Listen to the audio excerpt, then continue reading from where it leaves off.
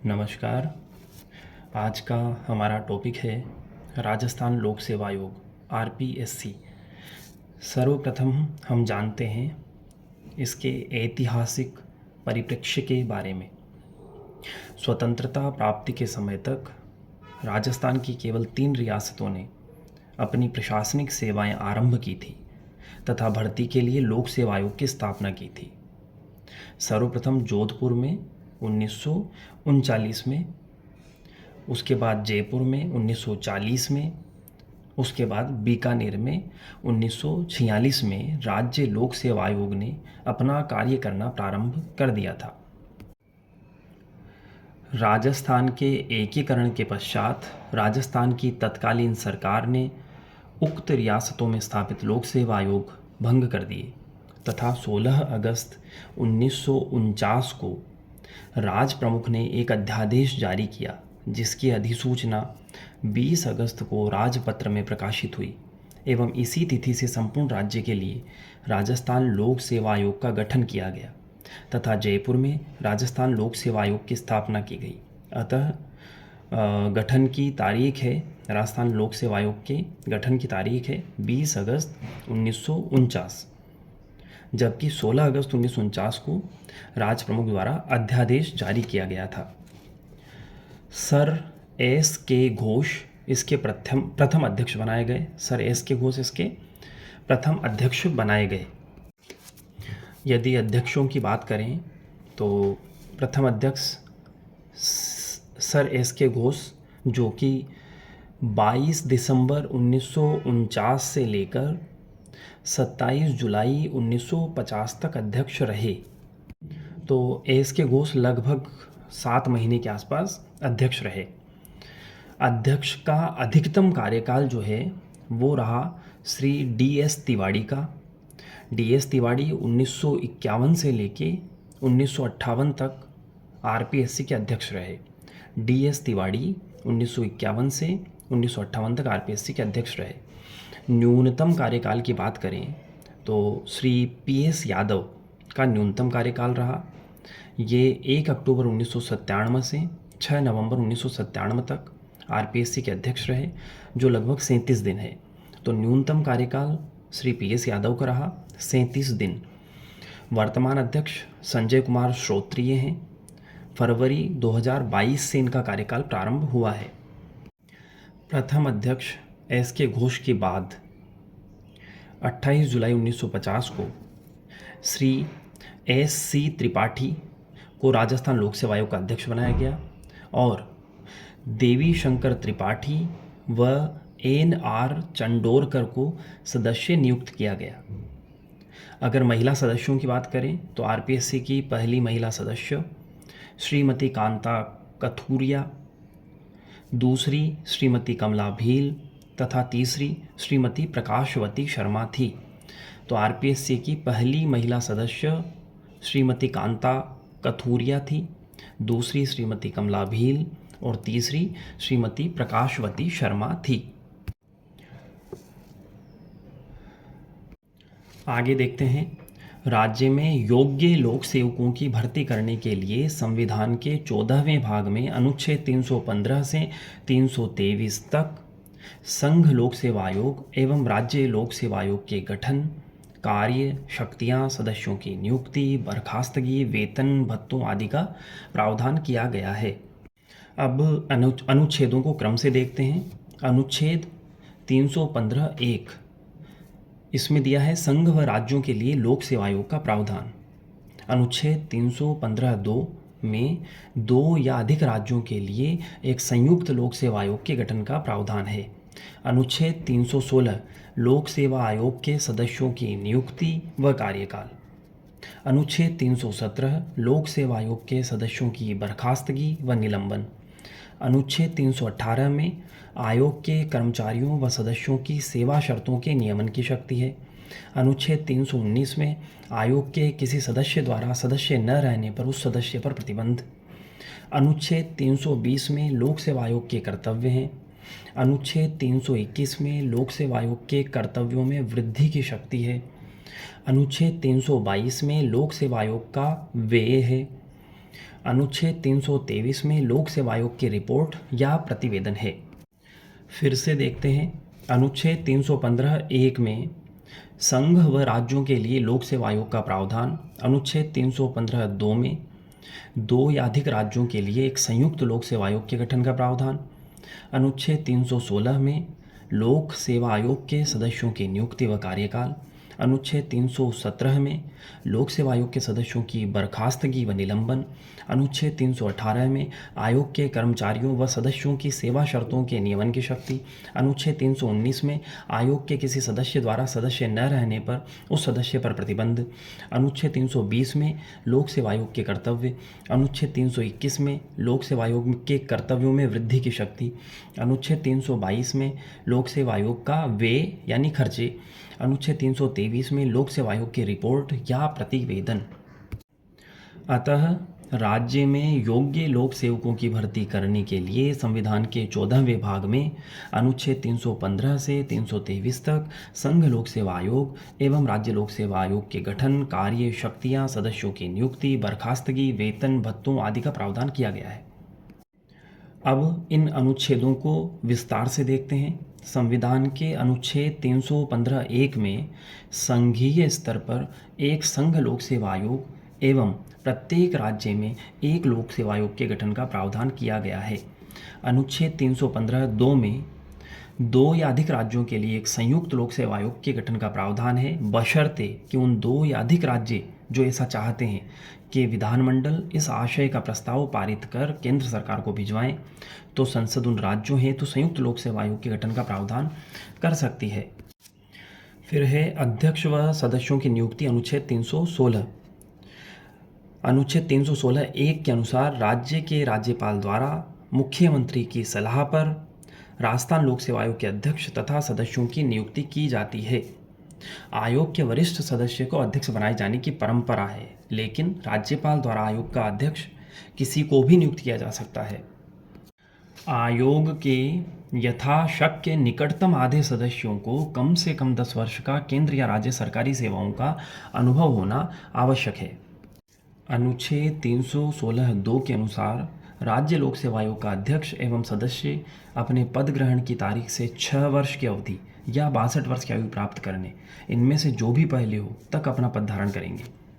जबकि संघ लोक सेवा आयोग में सेवानिवृत्ति की आयु 6 वर्ष और 65 वर्ष आयु जो भी पहले हो तक है। तो देखें, संघ लोक सेवा आयोग में जो आयु सीमा है वो है 6 वर्ष और 65 वर्ष, जबकि राजस्थान लोक सेवा आयोग में 6 वर्ष और 62 वर्ष की आयु का कार्यकाल है।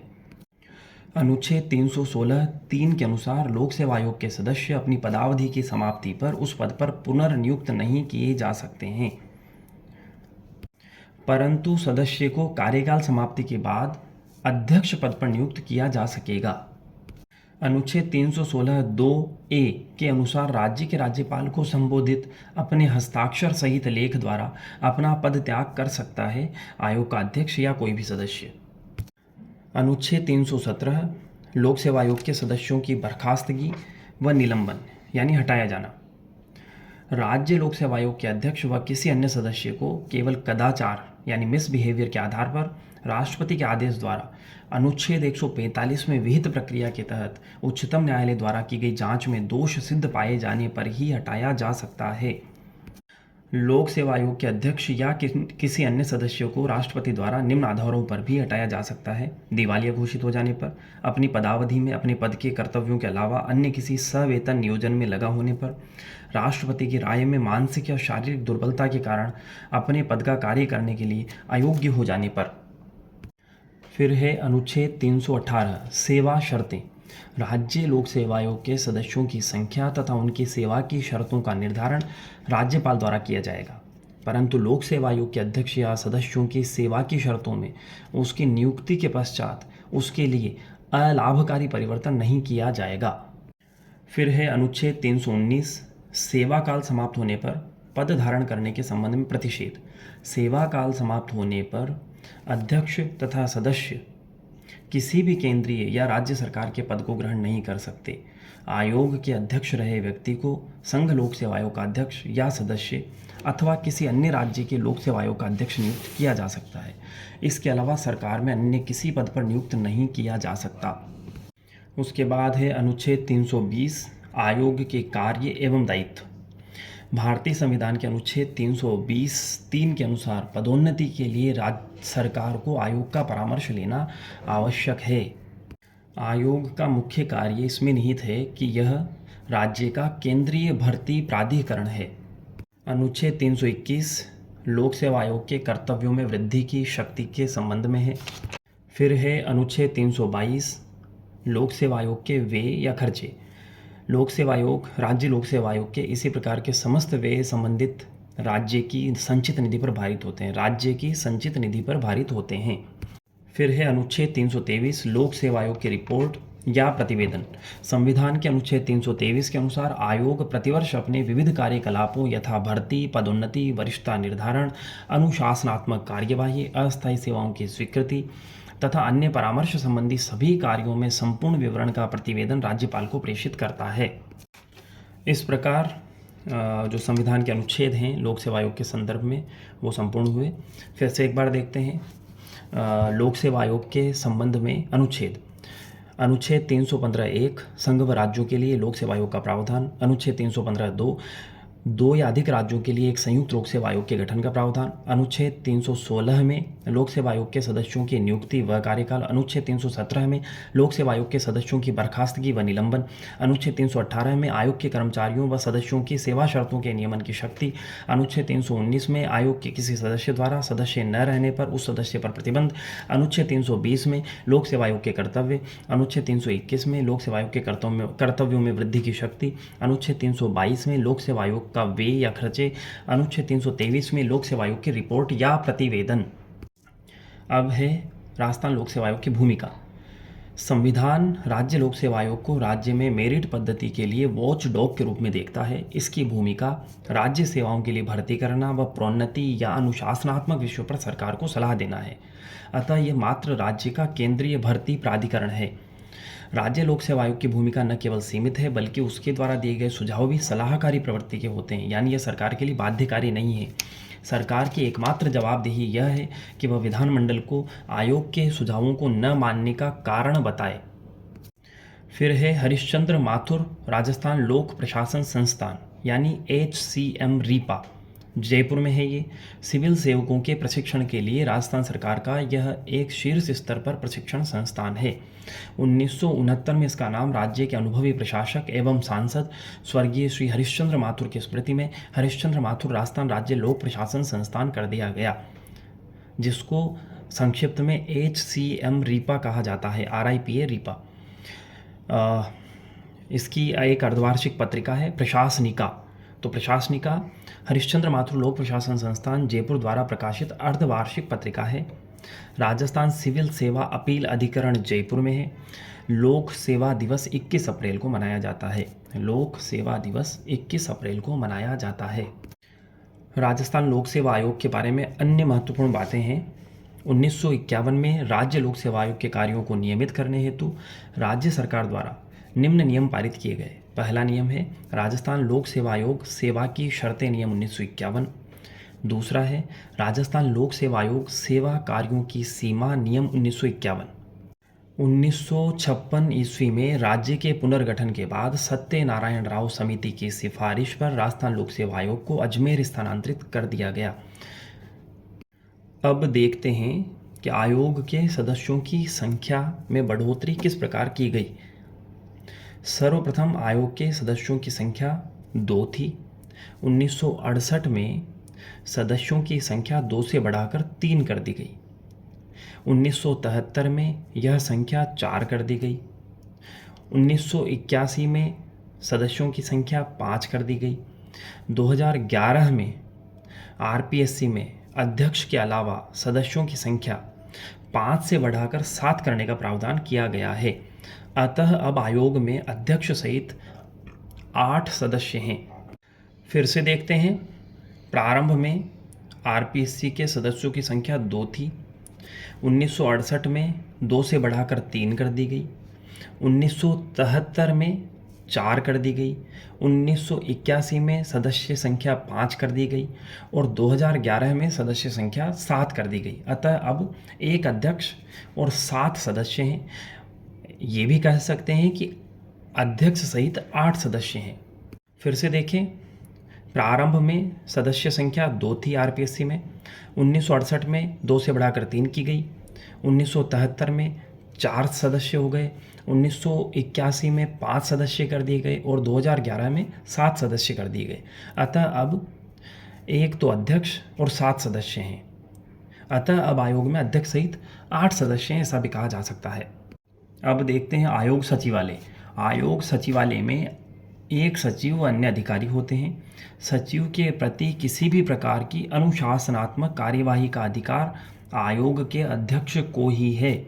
सचिव के अधीन उप सचिव, सहायक सचिव, अनुभाग अधिकारी व अन्य कार्यालय कर्मचारी होते हैं। अब है आयोग की सांगठनिक संरचना। आयोग को 6 संभागों में बांटा गया है, यानी कि आयोग के 6 भाग किए गए हैं, 6 अलग अलग विभाग किए गए हैं, तो इन्हें संभाग कहा जा रहा है। तो आयोग के 6 संभाग कौन कौन से हैं? पहला है प्रशासनिक संभाग, दूसरा भर्ती संभाग, तीसरा परीक्षा संभाग, चौथा लेखा संभाग, पांचवा विधि संभाग और छठा शोध संभाग। फिर से देखते हैं आयोग के 6 संभाग: प्रशासनिक संभाग, भर्ती संभाग, परीक्षा संभाग, लेखा संभाग, विधि संभाग और शोध संभाग।